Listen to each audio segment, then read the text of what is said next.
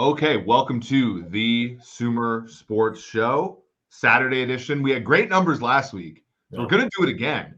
I know we're a little bit late today relative to last week, and we're in the middle of March Madness. We're going to go right up against it. You can only play against the best competition, and that's what I'm being told. I'm being told that strength of schedule matters. I'm being told that strength of victory matters. So we're putting this podcast up against this Gonzaga Kansas game right now here during the March Madness, the NCAA tournament. I'm with Ben Brown, data scientist extraordinaire. Ben, how has been your Saturday morning? How has been your week since we last chatted on this show? Yeah, I think, obviously, we're football guys first and foremost, but as far as betting and all the activities, I think March Madness is very much the one event that can at least live up to the hype from a betting and gambling perspective as the Super Bowl. And I'm not quite sure. I do think the Super Bowl, just because I love football so much, it stands the test of time as the epitome of gambling and sports degeneracy. But I do think March Madness is a close second. So for me, obviously riding the high in a lot of scenarios, have a couple brackets. I know people get into the Kokadas, the Survivor knockout type things. There's just a ton of really fun activity. And there's been, a couple decent games, I would say, as well. But kind of like you said, I think we timed it a little bit well with, the Saturday edition. I think the March Madness for me is very much Thursday, Friday, back-to-back multiple games running. Kind of once it gets into this a little bit of a break, it just doesn't quite have the same appeal as I would say as the first 2 days of the madness. I agree with you 100%. The first 2 days of the tournament for me are it, where there's just games back to back. It's if I were to even go, let's say, you were going to Vegas and you were betting on the games and everything like that again. And you were going to go to Stadium Swim. We're going to plug Circa, who was a sponsor of the show, probably will be again for the Circa Millions and Survivor contest this fall. You go to Circa, you go to Stadium Swim, probably the best sports viewing spectacle in the world. I don't know, Ben, if I have even the patience, if I have the even the patience to sit in Stadium Swim and watch anything other than NFL Red Zone, right? The 1 o'clock hour, the 4 o'clock hour might be even a little bit of a drag, and then March Madness past the first 2 days, because as you said, it goes from the games kind of happening together to now you kind of have a random NIT game going with a sort of a game that matters and all this. And I don't know, and I don't like college basketball enough to really sit down, watch it. I watched my Nebraska Cornhuskers last night. Again, they have never won an NCAA tournament game. That streak remains. So I don't know. I love March Madness, but I like today because I have some work I have to do, and then I get to watch these games kind of intermittently on the background. As you know, when there's work to do on an NFL Sunday, might as well not get it done because there's just so much. There's not enough commercial breaks during the course of there's no commercial breaks for the NFL for the Red Zone product, and so you just don't get that time. At least today you'll get some time to sort of think in between dead balls and things like that. Yeah, the work never ends is basically what Eric's describing as. And Eric's the best multitasker I think I've ever come across in my entire life as well. So he can coordinate and do 4 different things. For me, I'm with you, but I can kind of have a game on in the background, but I feel I miss so much doing other work. So it's a tough get. But I do think we both agree that it very much ranks from a sports betting perspective. Super Bowl, then March Madness, then the rest of the events, I would say. So. Yeah, well, we thank everybody who's come, the normal people, Beat Gamer, Sean Donahoe, Alex Hussey, some of our common listeners here that have been here the whole time. Look, I'm going to go against Hayden Wink's random tweet the other day of Underdog, obviously an analyst we all like, who said that you're not supposed to talk about things other than the absolute very narrow thing that the podcast is about. I think that that's bullshit. You can talk about your life on a podcast, but we will move on to what the very nature of this show is, which is the NFL. Last night, we didn't have a ton of news this week, right? We simply Justin Fields was traded last week, right after this show, for a 6th-round pick. I look at that trade, and I talked about this with Tay Seth on this show Monday. To me, that's a very much a trading of the contracts and trading of the sides of the risk, where the side of the risk, and I already talked about this, is if he sucks, that's obviously you wasted capital. If he's pretty good, then you have to buy in when you're not necessarily sure you want to buy in. And even though they're not related directly, I think L'Jarius Sneed situation being traded today or yesterday for a 2025, so next year, 3rd-round pick and a swap of 7ths, which is basically no value at all. I think that illustrates what we're talking about, Ben, right? L'Jarius Sneed's a guy who drafted 4th-round pick, a safety out of Louisiana Tech, became a corner in the Chiefs Super Bowl season of 2020, 2021. In fact, in the AFC Championship game, he got an interception, but the other 9 or 10 plays into his coverage were all caught against the Bengals that day. And then 2022 is pretty good, but he gets hurt in the AFC Championship game. They win that game against the Bengals without him. And then this past season, unequivocally, a top 5 corner in all of football production-wise, shutting down players, playing inside and outside. But the fact is L'Jarius Sneed's kind of that guy where he overplayed his fundamentals so dramatically that a team like the Chiefs is sitting here with this asset, and the whole league is kind of wise to a few things, right? The well-reported issues with his knee, the fact that he doesn't have a lot of draft capital, meaning most of these general managers were not all that high on him coming out. And it's funny, but you look at all the models, as our former intern at PFF, Arjun Menon, says, you put age and draft status in every single model. Right.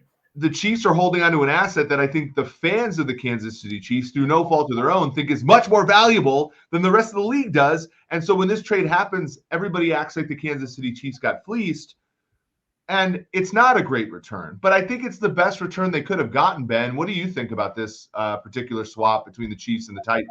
Yeah, I think overall the interesting thing to me, and I think it's maybe a separation of where fundamental analysts differ from just fans that are specific to one team, but it always seems like in these sort of situations, the player being moved is always traded for much less on the dollar than what the assumed fan is actually agreeing with for what that player is actually valued from a trade compensation standpoint with the draft pick. So to me, I does seem like it was probably the best offer that the Chiefs would have potentially gotten. To your point, very much age and draft capital matter. And I think the third, with Sneed obviously buying into a position that has been historically somewhat unstable and is a weak link type system, I'm not surprised that the Chiefs did the move that they actually did. And I think in a lot of ways, I agree with the trade compensation. I think overall, I think there's just a fundamental gap. And in some ways I fall victim to it too, with what, with where, even a guy like Justin Fields was valued at and what I would have given up from a Vikings, fan perspective. But to me, I think overall, we just don't see high-end players, traded for really significant assets at any point in time. And I think that, it's always going to be an undervalued spot where fans are just going to overvalue those players for sure. Yeah, I think if you just spelled out the math, I mean, here's the thing, if L'Jarius Sneed played a career average season last year, the Chiefs' MO would have been to just let him walk. Right. And they would have gotten something in the comp pick formula. By the way, if somebody tries to tell me they would have for sure gotten a 3rd-round comp pick, I'm going to blow my brains out, because that's not how it works, right? Because they go and sign a Jawan Taylor, they go and sign a Sammy Watkins, they go and sign a Joe Thuney. It never works that way, folks. But if the MO would have been to let him walk for nothing and be a part of the comp pick formula and all this. The fact of the matter is, what made this tough is L'Jarius Sneed played above and beyond. But you and I are both, recovering, we were, sports bettors, and obviously we gamble on other things. And when you're at the table and you've gotten a bunch of nice run good type of plays, and only You going to just like, continue. not to push it, right? And I think that that's like the Chiefs knew that they got really good play out of L'Jarius Sneed. By the way, L'Jarius Sneed missed a bunch of time in training camp for the very knee that everybody's talking about. No. And so you get a bunch of run good here, and you let him walk. Effectively, you let him walk here, and now you get a for sure third round pick for it, as opposed to it going in the formula. And even if you got the highest comp pick available for Sneed, which is like the 90th pick, you're still probably getting 20 picks ahead of that on average. So it is a good return relative to what you expected. And so that's what L'Jarius Sneed got you. I think the fact is like, let's just do the math, because people are like, well, why don't you just keep Sneed? Like, why don't you? Well, keeping Sneed comes at a cost, boys. Like, the fact is, if you keep Sneed, then Sneed, so you keep Sneed. Let's do the math. Sneed, then, for him to be worth more than what you just got in this trade, like a third round pick, and let's be round, over the next 4 years, that third round pick is going to be worth anywhere from 5 to 15 million in surplus value. I don't check me on this. I got to look back at the actual chart. But like, let's say that.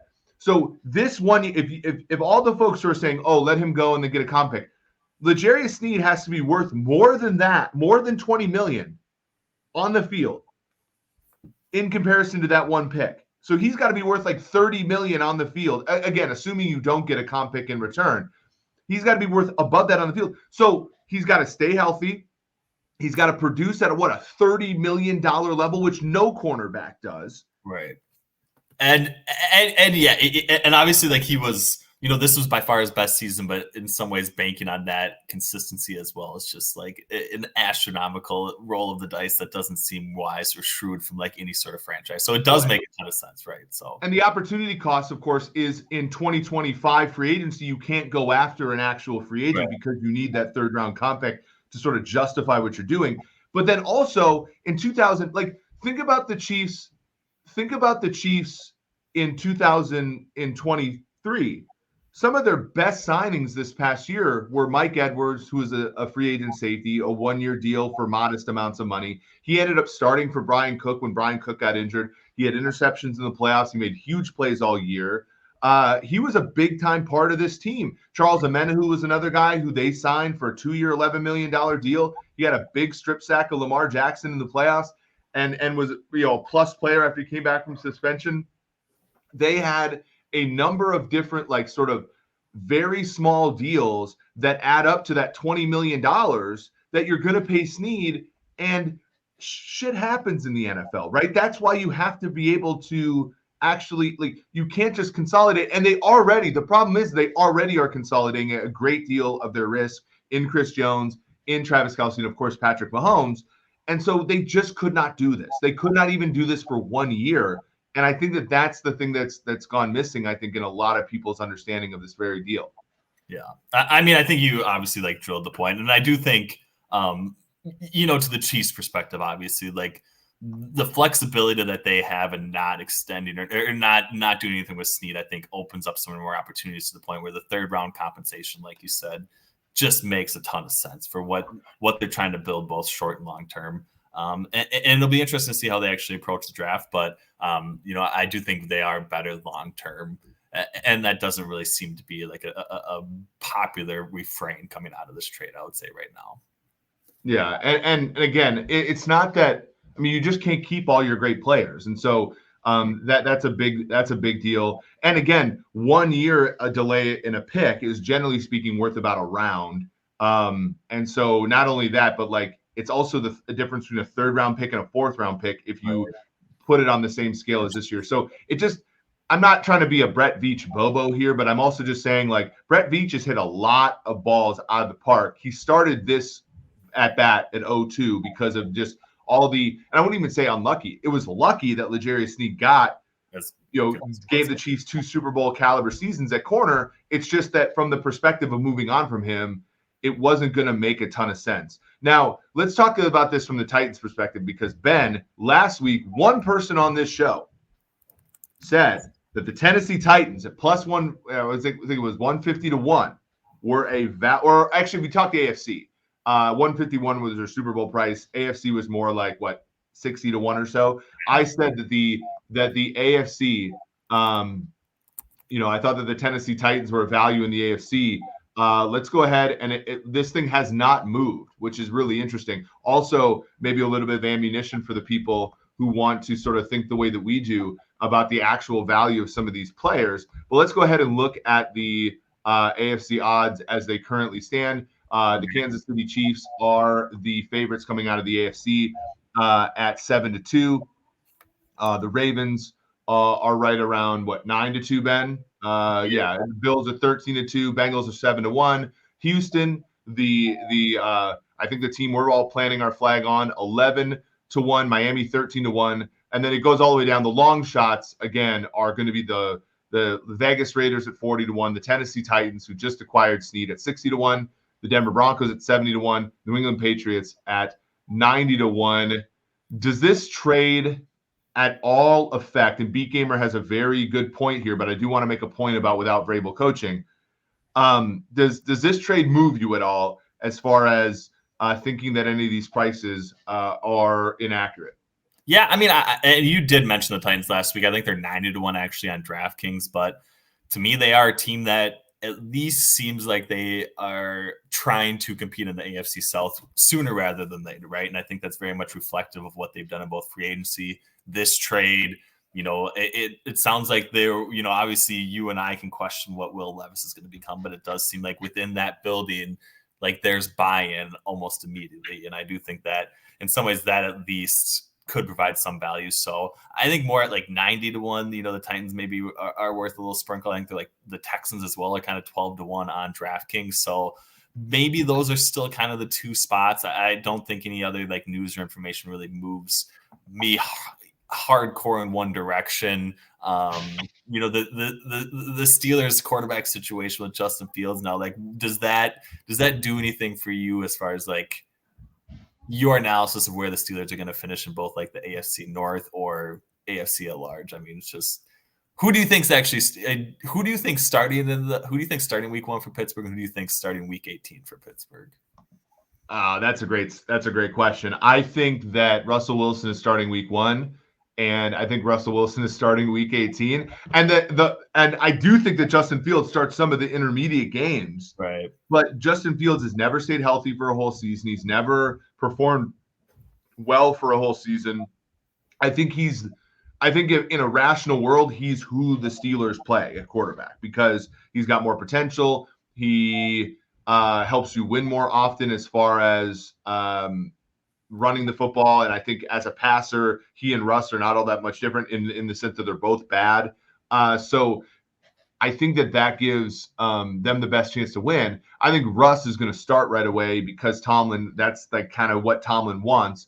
And then I think that you're going to probably see Russ either get hurt or go to the bench when things invariably go wrong. The contract makes it a lot easier, Ben, for him to go to the bench because you don't have all that much invested in him. And then I think Fields ultimately either plays his way out of it or is injured and Russell finishes the season. When I think about the Steelers, though, Deontay Johnson, that's a big loss for them. I don't think Pickens is kind of the player that you want to be the only good wide receiver on your team.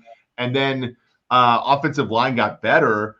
So that's where I like Fields because they ran the football, as we know with our fantasy teams at Sumer. The Najee Harris was phenomenal in the second half of last year relative to where he was in the beginning, and it was almost all a product of the blocking. And I think on the defensive side of the ball, you have Alex Highsmith, you have TJ Watt.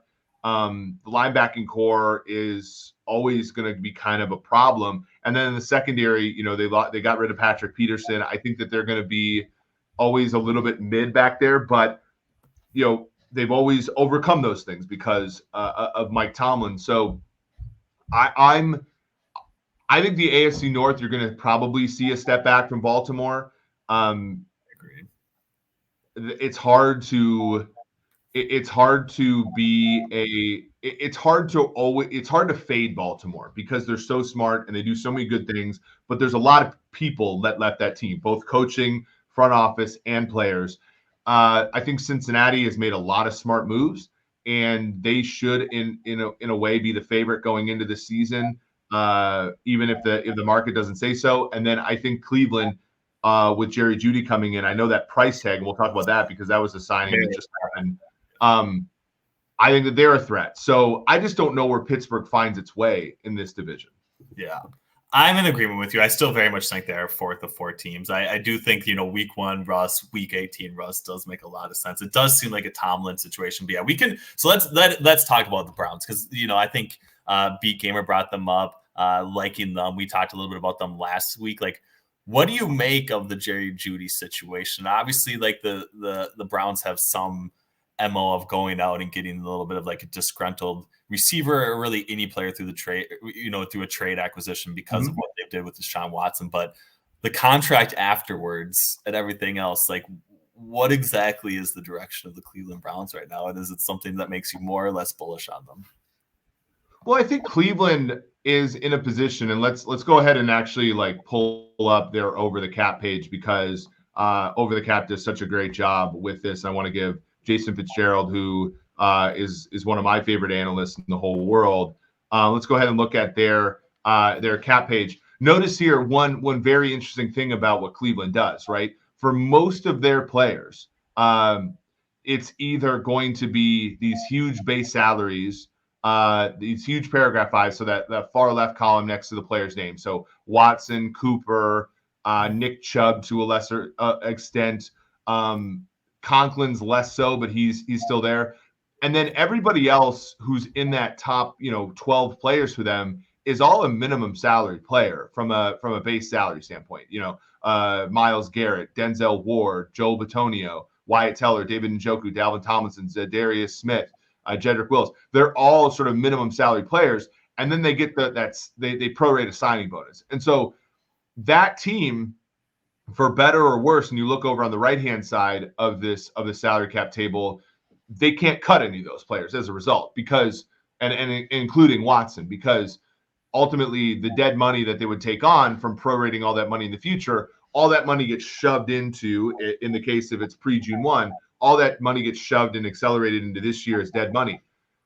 Cleveland's ownership is content continuing to kick the can down the road. And as Jack Duffin and our colleague Uda Ranazari, who worked for the Cleveland for a year, have said, when your ownership is willing to pay above and beyond the cap in cash and prorate, the contracts become less and less of a mistake, right? Deshaun Watson's contract is an albatross for this team, but they're still able to win because they're able to take that $46 million base salary that you guys all see, convert it to a bonus, add some void years.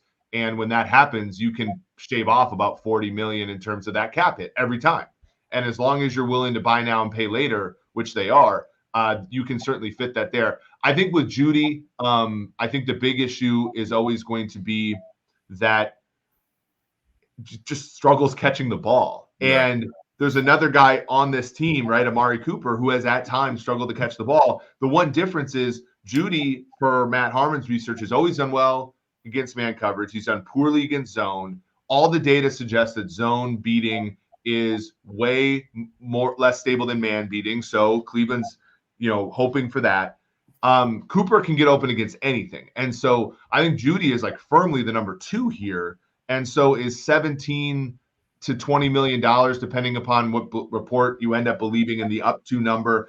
Does that move you as far as a number 2 receiver in an offense where you're not quite sure the quarterback can actually take advantage of it? Yeah, I mean, that is very much the question. I do think, to me, it seems, especially when you're looking at like contract rates, like you're looking in a similar vein as like Deontay Johnson in a way now, with Carolina Panthers based, I think he's at like 18.3 a year sort of thing. That range to me, based on, what we believe about Jerry Jeudy, I think is in some ways high, but obviously very different skill sets between those types of receivers. So I'm inclined to kind of agree with the fact that you do maybe see slightly more gaudy numbers with the Browns, kind of like you said, because of the kicking and deferred amount in void in years and being able to kind of like pay up in this particular year. So I don't know. I do think based on where they're at with Deshaun Watson's contract, like they still very much have to try to win now. And I like the idea. I like the approach of at least surrounding him with weapons, because I do think, David Njoku as well very much kind of coming off a career year. They do have the pieces around Watson to the point where they should be successful. So, well, it's important to point out Njoku. When Njoku signed his extension in the spring of 2022, I wrote an article because Njoku is the last first-round tight end to have success with his team. Yeah. And it didn't happen until the second contract. Cleveland does have a very good scouting staff, a very good analytics staff. They collect data that other teams don't do. And I do trust them in some ways more than I would on others when it comes to player evaluation. Now, the Watson thing's in their face, but no team is going to bat 1,000 on player evaluation, to your point. So I don't find the Jeudy signing as offensive. I just think that because of Cleveland, if another team would have done this exact same deal, I would question it because there's a track record with Cleveland when they buy into players, generally speaking, especially like I said, Watson notwithstanding, they generally speaking are pretty good. Ben, I do have to update the crowd here. Kansas with just under 10 minutes left in the first half, 22-18 over Gonzaga. So the injury doesn't matter. 4-point favorite at close, currently struggling not only to cover here but to win outright in the second round of the tournament as a 5 seed against the 4-seeded Kansas. Okay. Let's talk now about what we believe about the NFL draft because we have seen the markets move a little bit. And so as we close here for today, let's take a gander back to our favorite because we have seen actual movement in this marketplace with the first pick. We have seen movement with the second and third pick as well. And with your and the team of my youth, the Minnesota Vikings, we have seen some movement with the fourth pick as well. Caleb Williams is now minus 5,000 to be the first overall pick. One thing, and maybe you can expound upon this a little bit, one thing that my friend Rob Pizzola was talking about briefly with this as a plus EV move on his podcast, Circles Off, which in my opinion is the best betting. It's like the Joe Rogan experience of betting podcasts in all the good ways. He says that in these markets where there's a big favorite, they almost de-vig the favorite, in meaning like Daniels, May, Harrison, McCarthy, Penix at 25-1, 30-1, 60-1, 100-1, 150-1 respectively. Like that's where all the over-round is happening, which is an interesting thought process when you're thinking about whether or not to bet. Rob says he almost always lays the favorite with the first overall pick with a bet at the very end of the draft, which is an interesting approach, I would say. What do you think about that? Actually, I want to get your opinion on that. Yeah, I feel like because I'm going back and obviously like every draft is different. I know we talk about this behind the scenes, but even when modeling like what's going to happen, situations at the top and what quarterbacks are there and how deep the quarterback class is very much drives both our understanding of the draft and how confident we are in those first couple of selections. I think very much in this particular case this year does very much fit along the lines of like the Joe Burrow, the Trevor Lawrence years. And like the day of the draft for Joe Burrow, they took the number 1 overall pick down because it was such a lock basically. And it had already been announced. To me, I do think, again, if you're like line shopping a little bit, I think, DraftKings is closer to like 35-1 on 35 minus 3,500 on Caleb Williams right now. Like, I think you could maybe potentially find value. I don't see this changing whatsoever, with Caleb Williams pro day finishing up, obviously no red flags from there. Like this is very much him as like kind of a proverbial lock for the number 1 overall pick. I think day of it really wouldn't change. I think like only thing that is really going to happen now is like the value loss and less time being consistent between where we are right now and when the draft actually happens. And there's a little bit of like uncertainty baked into that price right now. But to me, I think, yeah, I do agree with Rob in the sense that like there are maybe a few times where you would do it. And I think the draft in particular, this kind of year with Caleb Williams could definitely make sense based on your bankroll and how you kind of, approach and assign risk, especially this far out. But I would do it, I would say sooner rather than later, I think for sure. Well, the only issue with doing it sooner and why Rob kind of does it right before the draft is you just don't want to donk $5,000 to win 100, for example. Right. And that you want to be able to have that as disposable there. I was on VSiN yesterday with Jared Smith and my friend Tim Murray. We were talking about the market, like the markets a year, 4 years ago when we had the pandemic and everything, where there was no other sports on, they were much more vast. Like we may not get great markets for this draft, Ben, and so that might be something for you, to your point about doing it earlier. Let's look at the number 2 overall pick. We have Jaden Daniels has moved out to a pretty big favorite here. Not a huge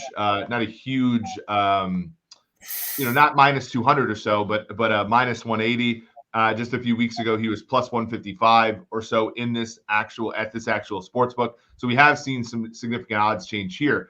I don't actually think that the reason for this is fundamental. I think that it's just a lot of people, trying to get news and trying to infer from things, and whether or not Drake May fits with Cliff Kingsbury, and whether or not Jaden Daniels is the same kind of quarterback as Marcus Mariota, and all this kind of stuff. I will say, and let me connect some dots, right? When John Lynch got the job in San Francisco, none of us knew he was even interviewing for the GM job in San Francisco. And one of the stipulations was that he did not, they did not leak it. He would not take the job. He would not leave the cushy media environment for a team that would leak stuff. And, Adam Peters spent the majority of his formative years in the front office in San Francisco. There have not been leaks out of Washington. This thing is moving on air. This is people moving the market based upon nothing, right? And this is just opinion. So I'll just say this: do not lay the negative price with Daniels. It might win. And I respect the market. I believe it's efficient-ish, especially this time.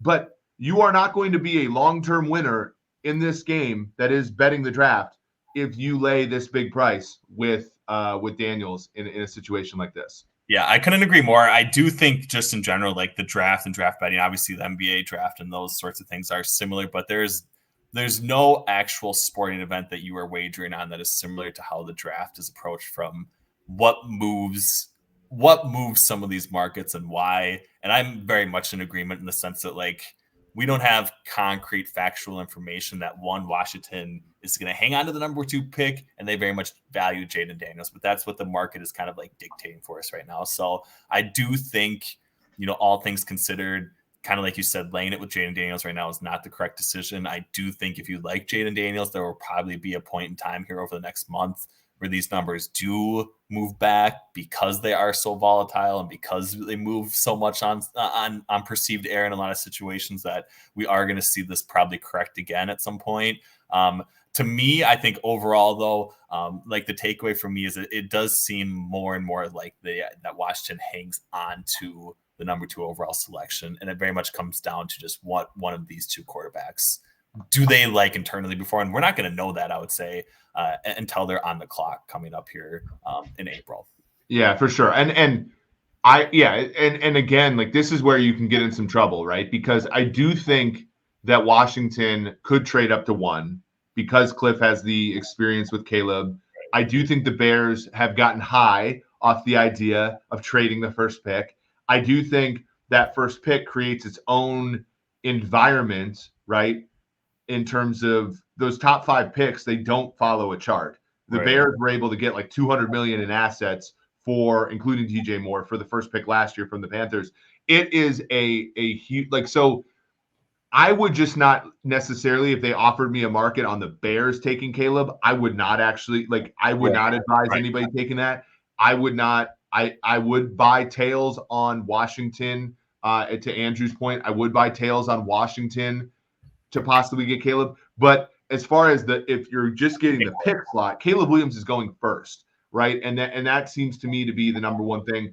I think Washington will not move back, because that was my point. I don't think Washington's moving back. They could very much still move up, and I actually think that there actually might be some legitimate, things moving in that market that I'm completely speculating at this point. But yeah, my whole point was, I don't see Washington moving back. And you're 100%. I think your read is 100% true here. If we look at the 3rd pick, this gets to Beat Gamer's question: do you think the Vikings trade before the draft, or do you think they just wait until the day of the draft to see what's there?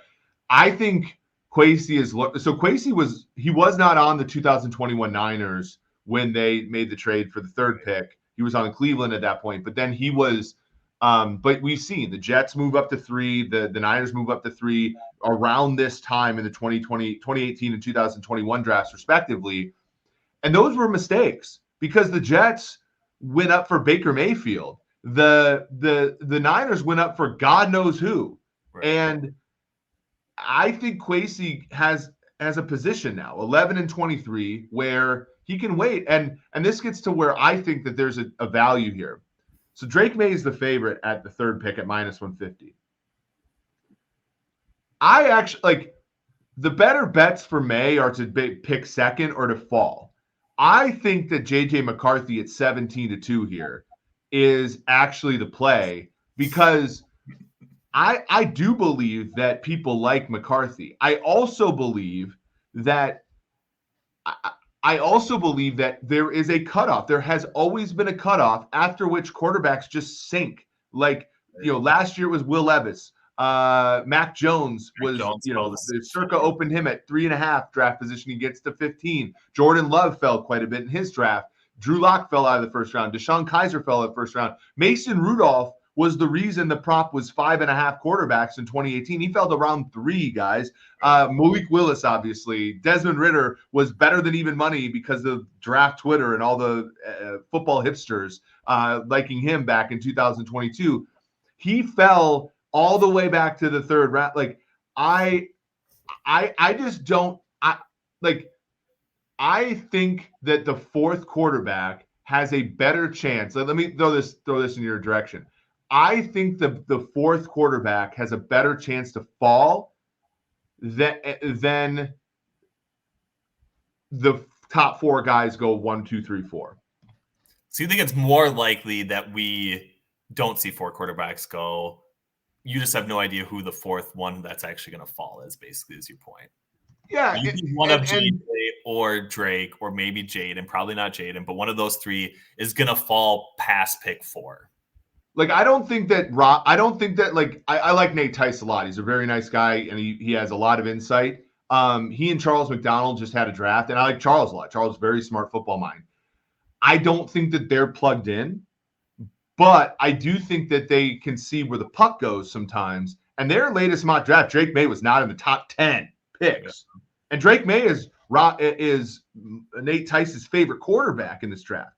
Right. So somebody somewhere told them something. And whether or not that thing's true or false, and I don't know if Sam on our colleague is nervously laughing because we're talking about the markets here or whatever. But like, I think to me, it's more of, I just think that the last quarterback falls all the time, and Will Levis was the favorite to be the second overall pick on Wednesday of the draft last year. Reddit was wrong. And he falls to the second round. So, and it could be McCarthy. Like, I think if I were the Vikings, and I'm not, I would be going after the third pick and trying to get Drake May. That would be what I would be doing. The fourth pick for McCarthy feels like a downer, not only for them, but also for Arizona. Right. Arizona. So Arizona goes from getting Marvin Harrison possibly to now falling all the way out and probably sweating out whether or not they get Roma Dunza or somebody like that. I feel like that also makes that trade harder. I do think that fourth pick is going to have a ransom attached to it that's similar to the top 3 picks. Exactly. And if you're, and this is where Vikings Twitter really kind of pissed me off, and I do want to come back to this. They're like, I was very adamantly against the competitive rebuild. And they're like, oh, I was told by people like Eric Eager that if you competitively rebuild, you'll never get your franchise quarterback. It's like, yeah, you won 13 games and lost to Daniel Jones in the playoffs. And then you won 7 games. And now your fan base is excited about you trading 2 first-rounders to move up and get the 4th best quarterback in the draft. That is not exactly winning, in my opinion. I think that you want, so if I'm Kwesi, I say I go and get the 3rd quarterback, who in my opinion is actually the 2nd best quarterback. And that to me is more of a win. And right. I throw, and somebody talked about the 400 the 400 Jimmy Johnson. That's a rounding error if you get your start. Like the Chiefs don't give two flying bleeps about the 400 draft cost to get Mahomes, right? Like it doesn't. And if like the Jets, no one remembers that the Jets traded Bobby Okereke for the chance that like Darnold sucks so bad it didn't matter what the price was. So it like I would just, if I were Minnesota, I'd convince New England that your team's not nearly good enough to draft Drake May, and I would try for the third pick. I don't know. What do you think? Yeah, so I think, Sam knows I was nervously laughing at you suggesting J.J. McCarthy at 17-2 at the third overall pick was a good bet, because that would very much imply that the Vikings were moving up to 3 and selecting McCarthy over a guy like Drake May, which I think would put me on like the biggest tilt of my life. But just in general, I do think there's 2 points that you touched on that I'm in agreement with, and I think would absolutely shock me if they happen. One is the suggestion that Washington is going to move down or trade out of 2 and go further down, I think would absolutely shock me. And the same thing with Arizona. I think we talked about it really well last week, and I've kind of harped on this, but them moving out of that 4th pick, and you suggested it, like they're going to force a team to pay top 3 type acquisition, if not even a little bit more, to get that 4th pick, especially if it's to go up and get a quarterback. And I just don't see that developing. So to me, I'm with you with the Vikings. Like, it's getting to the New England Patriots pick at 3, or you're kind of busted. And then we go back to like the contingency plan of like seeing who's there at pick 11, or, maybe it's Michael Penix at like pick 23. That I think is kind of like, we made a little bit of an error, I think. So you're probably giving up, Beat Gamer. And I don't have the Jimmy Johnson chart right in front of me. I know that 3 is going to cost more than 11 and 23. And the Jimmy Johnson chart is still even an underestimation for the top pick. All the analytical charts are drastic underestimations for the top 5 or so picks. That you bring up such a great point. For the Cardinals to trade out of 4, it has to be kind of like how the Cardinals traded out of 3 last year, which is a haul big enough so that when you trade back into the top 10 again to go get Marvin Harrison back, no one can really turn the screws to you except for the biggest dorks on the internet. Which of course I'm one of. This has been a lot of fun.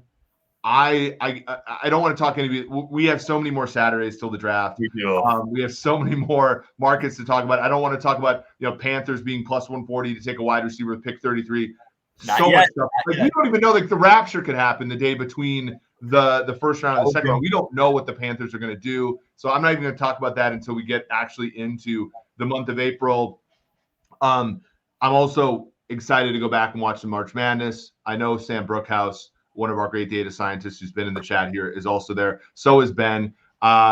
This has been a lot of fun. I can't wait to recap the owners' meetings. The owners' meetings, some of the people at Sumer will be there this week. I'm going to take a little bit of a vacation starting Wednesday, but we will still have the SumerSports 2024 Draft Show 7 p.m. Channel 88. It'll also rerun tomorrow morning at 9 a.m. Friday show, again, on SiriusXM Channel 88. Thomas Dimitroff and I talk about the tight ends and the running backs in this year's draft. It was a lot of fun to talk about Brock Bowers. To tell Thomas what it was like to have your hand in the dirt at the Division II level, that was a good time. Ben, anything before we tell the great fans of SumerSports have a happy Saturday? No, not much. I don't know. I was against you, basically. I know we talked about it off air, but I was leaning towards Gonzaga, but I don't even know. You didn't give another score update. But to me, I thought, the injury implications of what Kansas was going through were going to be too dramatic. So that might be a spot in the second half. We'll see where that one finishes, though, for sure. But no, it's been great. It's been fun. Check out everything at SumerSports.com because a lot of good stuff is coming up. I hate when my bracket has a different pick than your bracket. My bracket having Kansas, yours having Gonzaga. I'm a big time, I'm not from the Pacific Northwest, but I'm a big fan of the Pacific Northwest. So I oftentimes will pick Gonzaga. I have some friends who are professors there that I went to grad school with.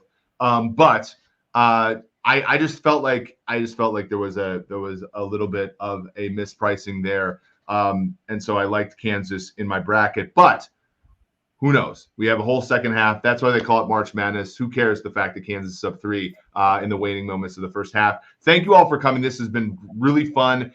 We hope to have another show sometime next week or so. But with me going on vacation, you might just have to watch the class play with Sam Brookhouse, Ben Brown, Tage Seth, and also Stats and Schemes with Sean Syed and Tage Seth. Those podcasts I know for sure will be out this week. For Ben Brown, for Eric Eager, for producer Matt Stofsky, this has been the Sumer Sports Show.